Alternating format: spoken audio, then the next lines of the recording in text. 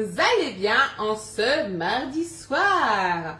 Alors, coucou Mélanie, coucou Emma. Donc j'espère que tout le monde va bien. N'hésitez pas à me faire un petit coucou quand vous arrivez sur le live, ça fait toujours plaisir. Mais surtout de partager. Allez, on attend quelques instants et on va pouvoir commencer. Hop, allez, on se met en tenue.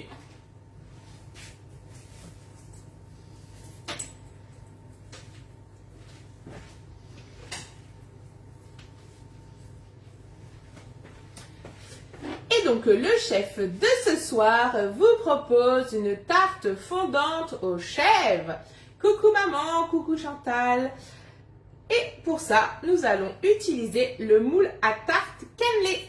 Donc comme on voit tout autour, il a sa petite forme de cannelé.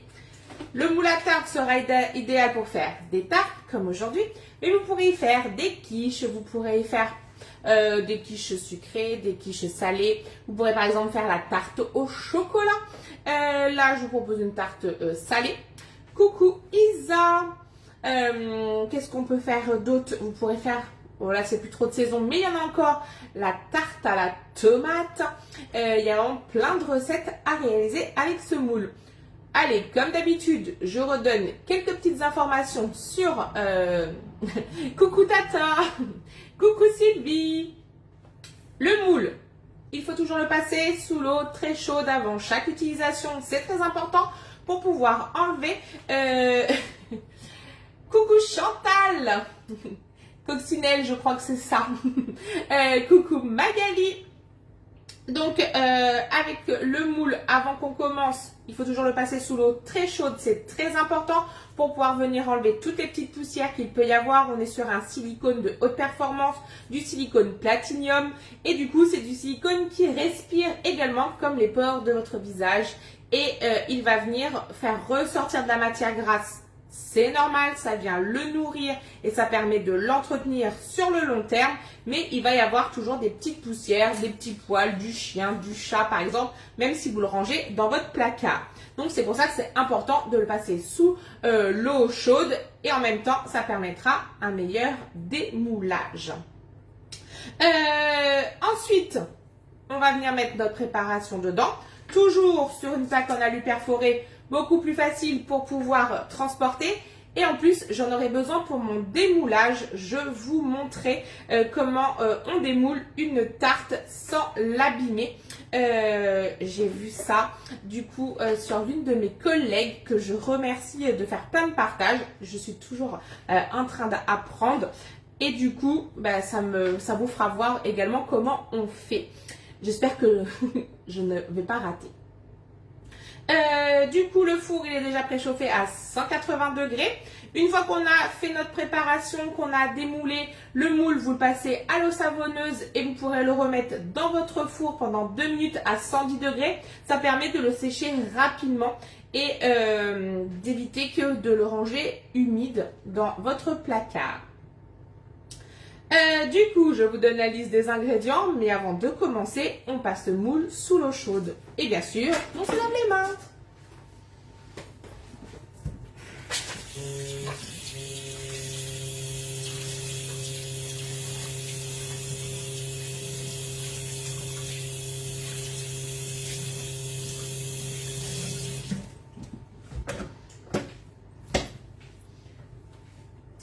Là. Lavage de mes mines, c'est ok. Alors, pour cette recette, il vous faudra une pâte brisée. Vous avez le droit de faire votre pâte vous-même. Moi, j'ai pris une pâte toute faite. Il vous faudra 2 oignons, 15 ml d'huile ou d'huile d'olive. Il vous faudra 50 g de moutarde, 50 g de moutarde à l'ancienne.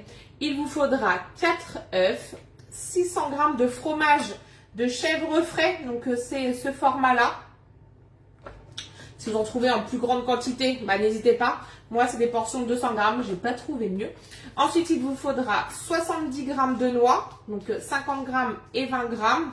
Les 20 grammes, ce sera pour saupoudrer dessus. Il vous faudra une bûche de chèvre, donc 150 grammes, moi elle fait 180, on va pas chipoter. Il vous faudra environ 20 grammes de miel, plus un petit peu pour le dessus. Et il vous faudra du sel et du poivre. Voilà pour la recette. Donc c'est parti, on commence comme d'habitude. J'ai oublié de sortir mon tablier.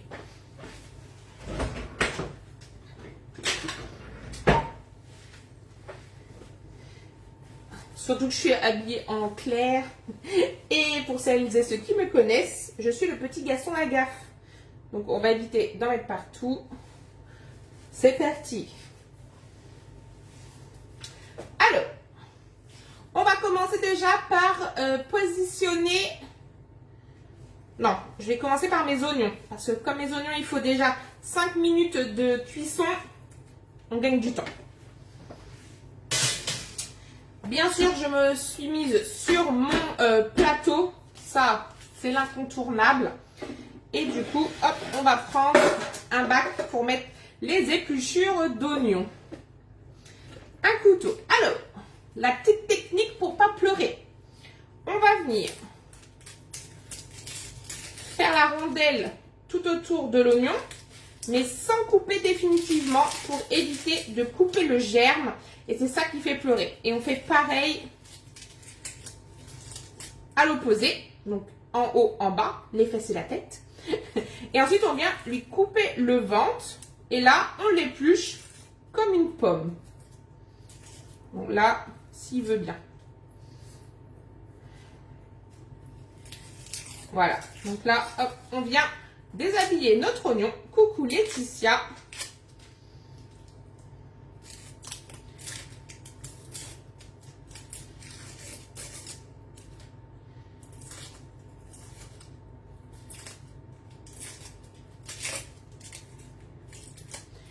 Et en fait, le temps que vous n'avez pas coupé les extrémités, vous ne pleurez pas. On fait pareil avec le second. Comme ça, quand vous devez faire de grosses quantités d'oignons, par exemple pour la soupe à l'oignon ou les tartes à l'oignon, vous préparez tous vos oignons à l'avance. Et à la fin, vous coupez le germe, à la tête et les fesses. Et comme ça, vous ne pleurez pas. Donc, pas besoin de sortir votre masque de plongée, pas besoin de vous mettre une allumette dans la bouche. Vous faites juste ça et ça suffira.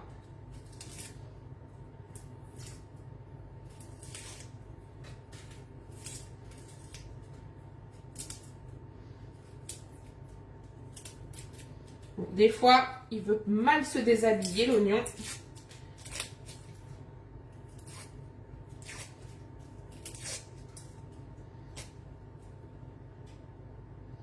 Vous pouvez même vous gratter les yeux, vous ne pleurez pas. Hop. Bon, la prochaine fois, promis, je mettrai mon masque de plongée. Et voilà. Donc là, on ne pleure pas. On va prendre donc le tornado. Le tornado, je pense que vous vous souvenez tous de ce que c'est. C'est le petit hachoir manuel en 2-3 mouvements. Vous allez avoir haché votre oignon. Donc ça, c'est top. Il est muni bien sûr d'une lame. En dessous, il y a un antidérapant. Donc là, c'est là où j'ai coupé mon oignon en 4. Coucou Catherine. Et c'est là où vous risquez de pleurer. Mais avant, aucun souci. Il n'y a pas de pleurs. Ils sont balèzes. Je veux voir avec le masque de plongée. Mince.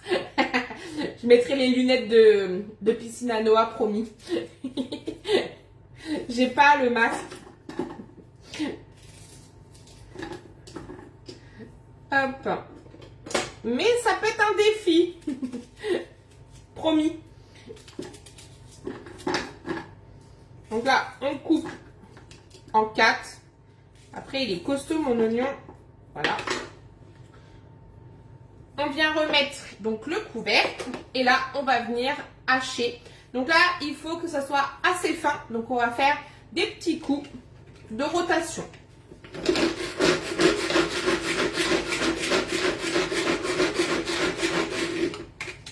Bien sûr, vous pouvez hacher, va pour les lunettes de plongée, tu seras tellement mignonne.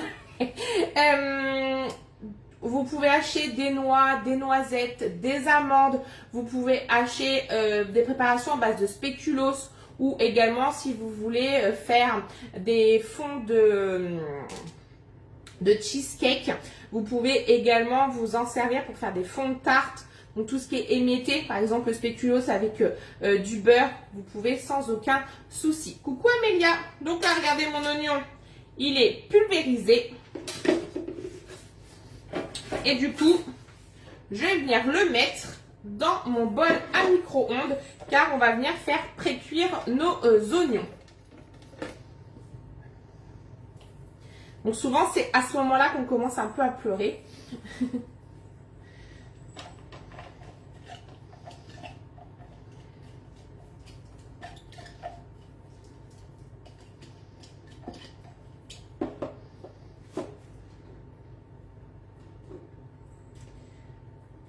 J'en mets partout. Hop. Donc là, il est haché, c'est là qu'on pleure. Donc on peut y mettre son couvercle en attendant. Comme ça, on évite le carnage. Et on fait la même chose avec le deuxième.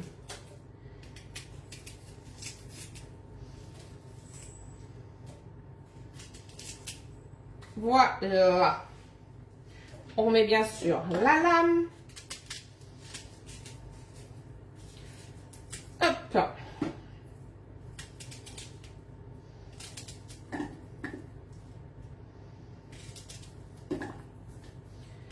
Et ensuite, on met au micro-ondes pendant 5 minutes à 750 watts avec 15 ml d'huile d'olive.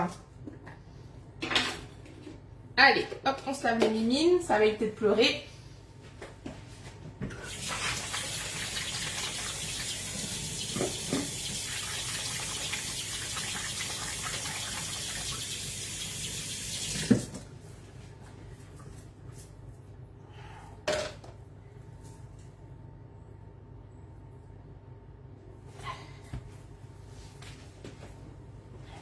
Donc vous voyez, hein, je raconte pas de bêtises, le temps qu'on n'a pas coupé les extrémités de l'oignon, on pleure pas. Mais alors dès qu'on coupe, c'est la cata.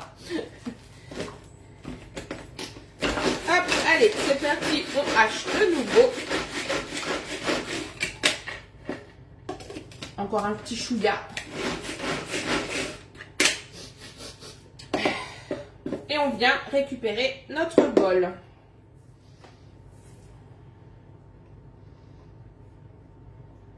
Ça y est, je suis Christ.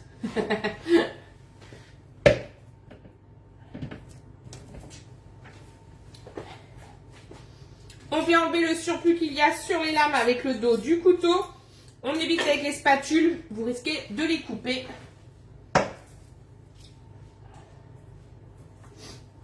Hop. Et on vient mettre le reste de notre oignon, donc le deuxième.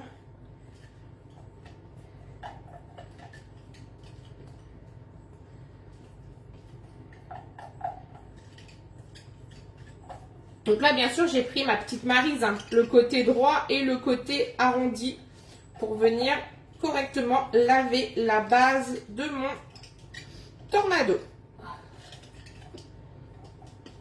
Oh là là, pouh.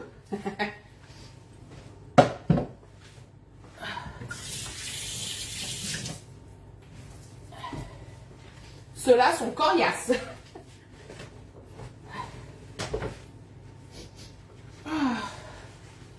Ça y est, je pleure à chaudes larmes.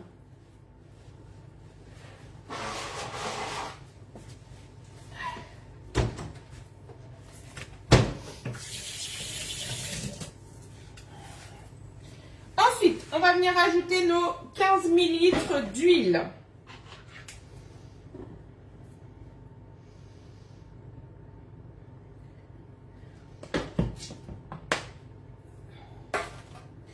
On mélange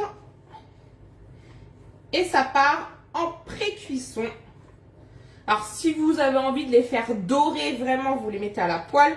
Là c'est vraiment l'histoire de les pré-cuire.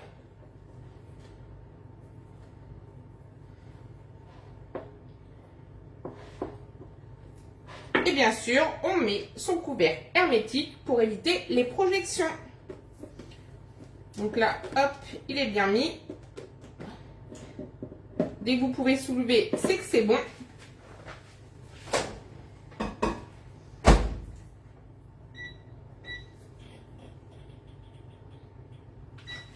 Et c'est parti pour 5 minutes. Pendant ce temps, on va s'occuper de notre fond de tarte.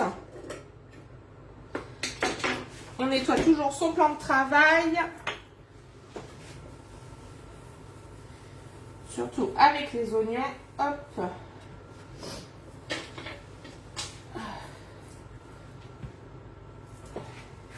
Donc là, on va venir, coucou Léonie, on va venir battre nos 50 g de moutarde et 50 g de moutarde à l'ancienne, bien sûr, dans notre cupoule. Donc, 50 et 50. Je vais peut-être prendre ma petite spatule cuillère pour venir chercher ma moutarde, ça sera parfait. Donc, 25, 50. On fait la même chose avec la moutarde. Alors moi je prends de la mi-forte, vous pouvez prendre de la douce, vous pouvez prendre de la forte. Ça c'est comme vous voulez.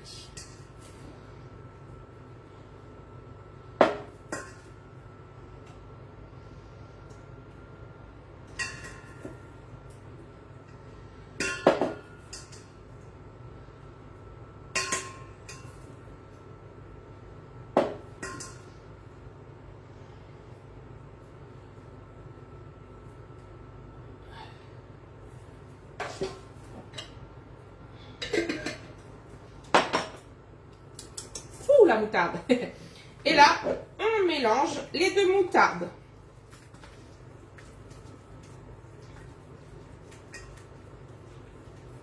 Jusque là, rien de bien sorti. On réserve et on va récupérer notre moule à tarte cannelé. On va donc venir prendre la pâte,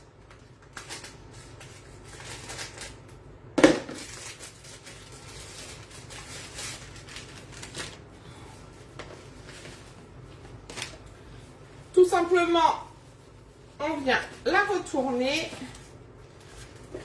Hop, pour l'instant on va faire comme ça.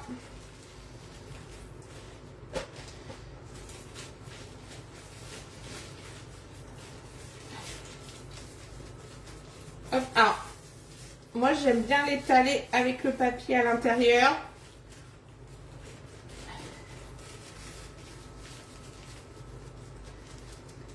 Comme ça, on ne salit pas trop les doigts. Et là, hop, on vient enlever. Et regardez, par magie, c'est pile la bonne taille. Vous n'avez pas besoin de redécouper. Je vais juste, hop. Regardez-moi ça, si c'est pas beau.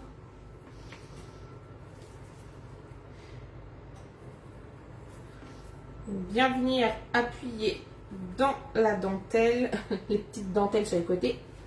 Et là, je vais venir ajouter ma moutarde, qui sera mon fond de tarte.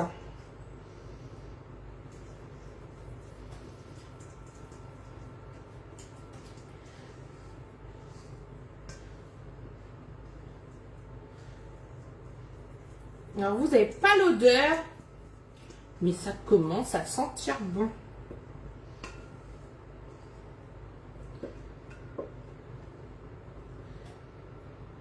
Donc là, vous n'avez pas besoin de le nettoyer, hein. On refera notre mélange tout à l'heure. Donc là, on vient répartir le fond.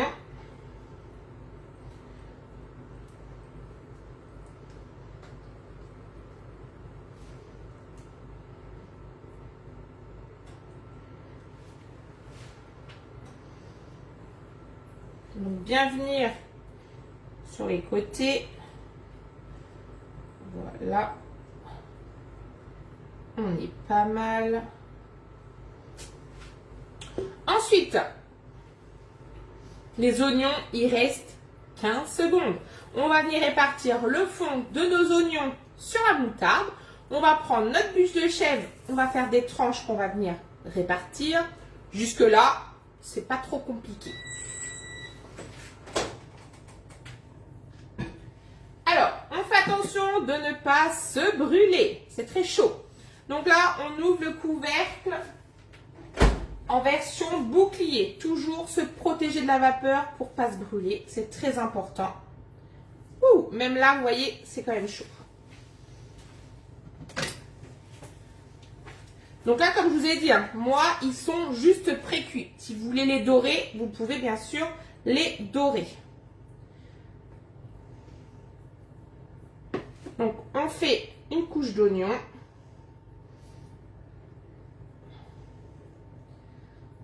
On fait attention de ne pas se brûler, c'est très chaud.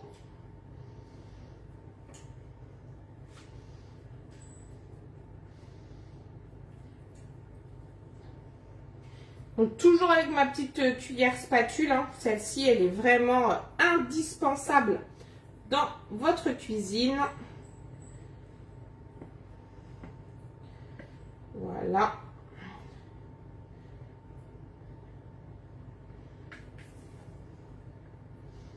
On va se remettre un peu au milieu. J'en ai perdu un petit bout. Hop. Alors, hop, ça va à la poubelle. J'en avais mis un peu par terre. Donc là, on vient tasser.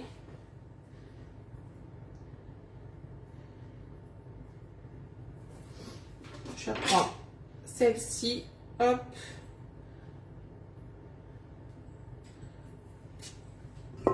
Ensuite, on va prendre notre bûche.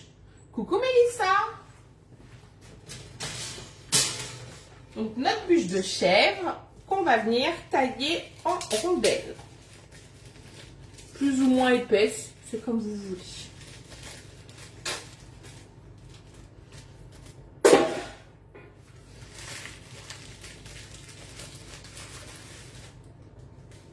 Je vais couper dessus. D'un côté compost, d'un côté poubelle. Alors, je mets jamais les petits... Coucou Céline. Je mets jamais les entames. C'est toujours pour le cuisinier. Et donc là, on va venir faire nos tranches. Plus ou moins épaisses.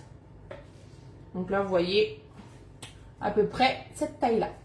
Coucou ma petite Val.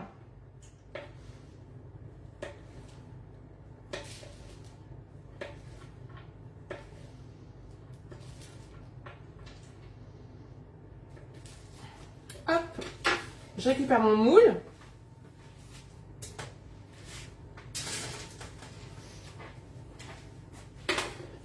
Coucou Stéphane. Et là, on va venir mettre nos rondelles de chèvre dans le fond de tarte.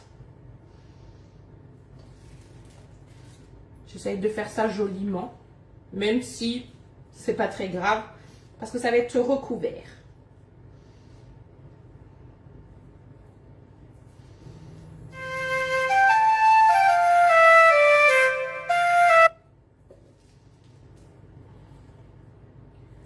Hop. Donc, ça donne ça. On met de côté. Je me lave les mains.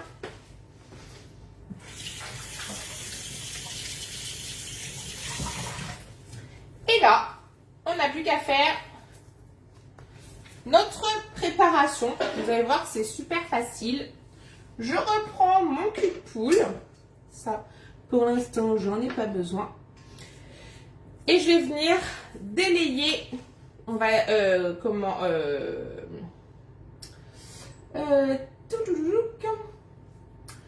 détendre. Je suis en train de chercher. Je l'ai mis dans ma recette. On va venir détendre notre fromage de chèvre. Et vous pouvez garder le jus qu'il y a avec. Coucou Marine. Donc, vous pouvez garder le jus sans aucun problème.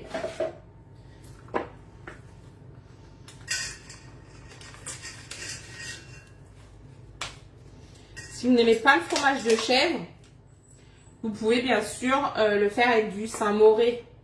Après, ça ne s'appellera pas la tarte fondante aux chèvres. Vous l'appellerez la tarte fondante tout simplement. La troisième.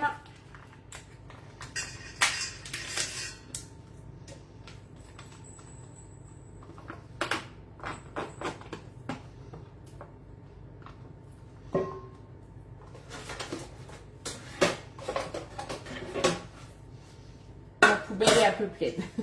Donc là, on vient d'étendre le fromage de chèvre. C'est pour ça que je vous ai dit de garder le jus. Ça sera un petit peu plus facile à détendre.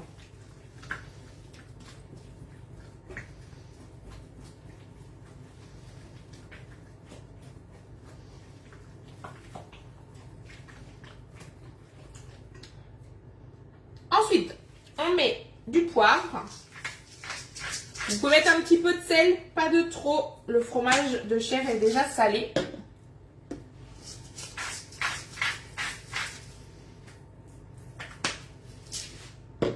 On mélange.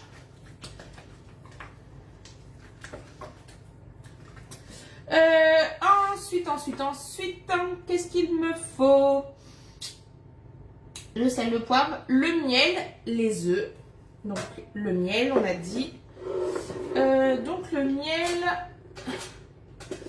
il m'en faut 20 grammes. Est-ce que je vais arriver à ouvrir le pot? Ça.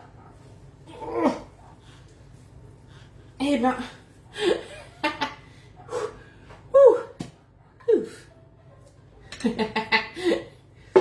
Donc, 20 grammes de miel.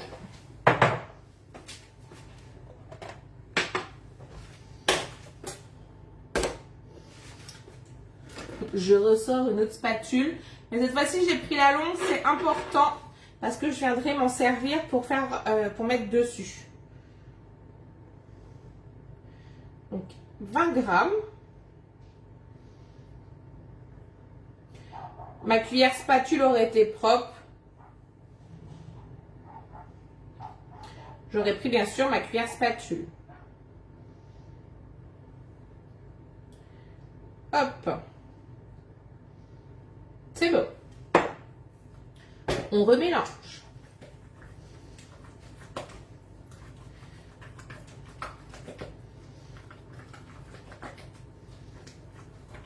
On va venir ajouter nos 50 grammes de noix.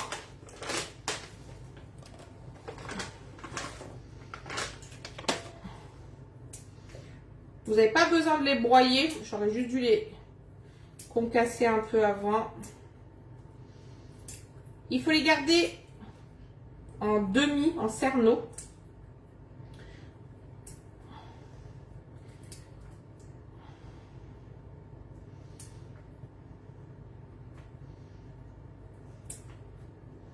Voilà.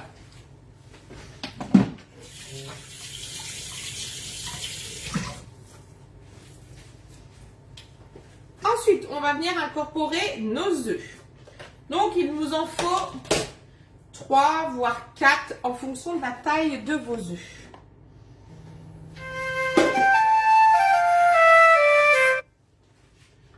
On prend toujours un récipient à part parce qu'on ne sait jamais ce qu'il peut y avoir dans un œuf.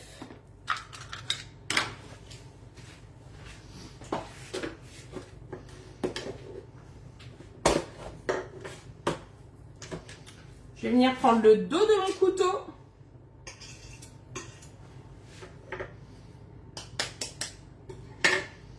Ça évite de casser sur le bord. C'est important également parce qu'on ne casse jamais sur un bord. Peu importe. Ah, elle, je vais l'enlever parce que sinon, elle va partir au compost. C'est important parce que sinon, vous risquez d'apporter la salmonellose dans votre préparation. On va éviter. Et également, ça risque d'apporter des petites coquilles. Alors que le fait de casser avec un objet bien droit et bien net, c'est quand même plus facile.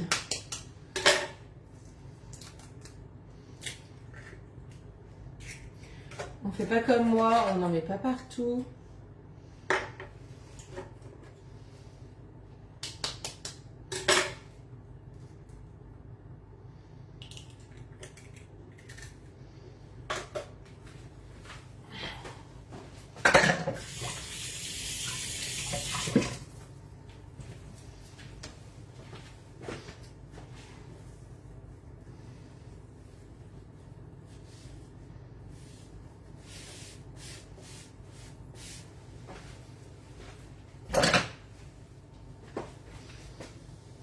Voilà, je répare mes petites erreurs. Et là, on refouette le tout. Donc, les œufs, le chèvre, les noix, le miel, le sel et le poivre. Donc là, on vient fouetter tout ça. J'aurais presque pu prendre ma cuillère magique.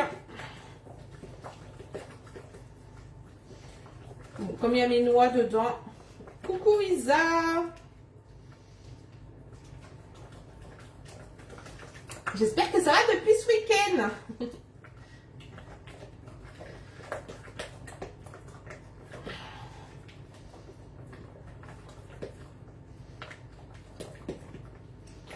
Et là, mon appareil est prêt. On n'a plus qu'à venir verser sur ma pâte. Donc, hop, comme ça. Merci pour le partage. Donc là, ça donne ça. Et on va venir mettre par-dessus.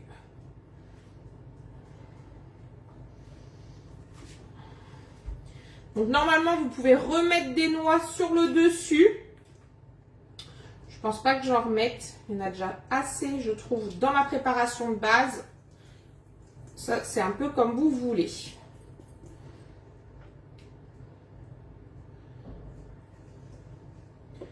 Donc, le but de ma maryse, oui, ça va, merci Isa. Le but de ma petite maryse, c'est vraiment que mon cul de poule soit tout propre, ou presque. Regardez-moi ça. Et là, vous venez étaler le tout.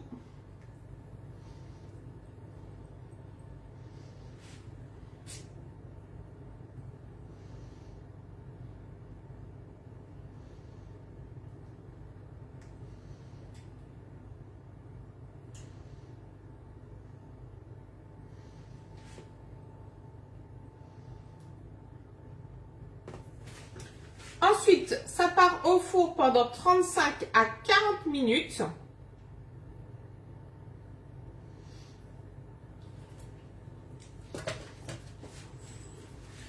Je vous conseille de remettre un petit peu de poivre sur le dessus. Donc ça part au four. Une fois que c'est cuit, on va venir, je vais hop, taper un petit peu pour lisser tout ça.